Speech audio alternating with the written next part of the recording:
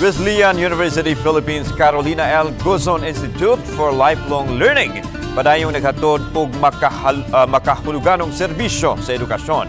Ano ang report?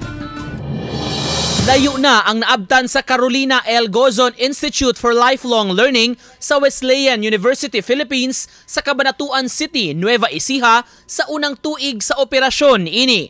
Mitambong sa unang anibersaryo niini ang mga anak ni Carolina L. Gozon nga sila si Florencia Gozon Tariela ug Carolina Gozon Jimenez kundiin gipaambit ang kalampusan sa CL-GIL.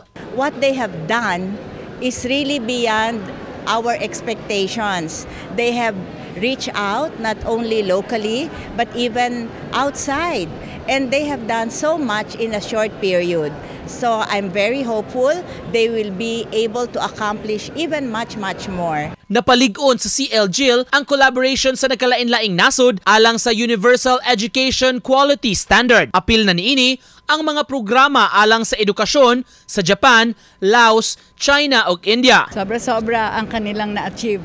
And we are sure they will be able to achieve much more kasi napakasipag ng ating presidente. At lahat ng tumutulong ay all out for him. Gipahigayon sab ang Thanksgiving Mass isip kabahin sa selebrasyon sa unang tuig sa CL-GIL. Mipadangat og mensahe si GMA Network Incorporated Chairman and CEO Attorney Felipe L. Gozon kinsa mibarog isip honorary chairperson sa Oversight Committee sa Carolina L. Gozon Institute for Lifelong Learning. Sa mensahe ni Attorney Gozon, gipasigarbo sa ilang pamilya ang mga programa sa Wesleyan University Philippines nga nahasubay sa ligasiya sa ilang inahan. Nahinumduman usab ni Attorney Gozon ang mabulukong kinabuhi sa ilang inahan ug kun giunsa niini pagsagubang ang mga hagit aron magmalampuson. Marso 18, 2022, dihang gitukod ang Carolina L. Gozon Institute for Lifelong Learning. Nagsilbi niining inspirasyon ang mabulukong karera sa kinabuhi, prinsipyo ug mga pagtulunan ni Carolina L. Gozon.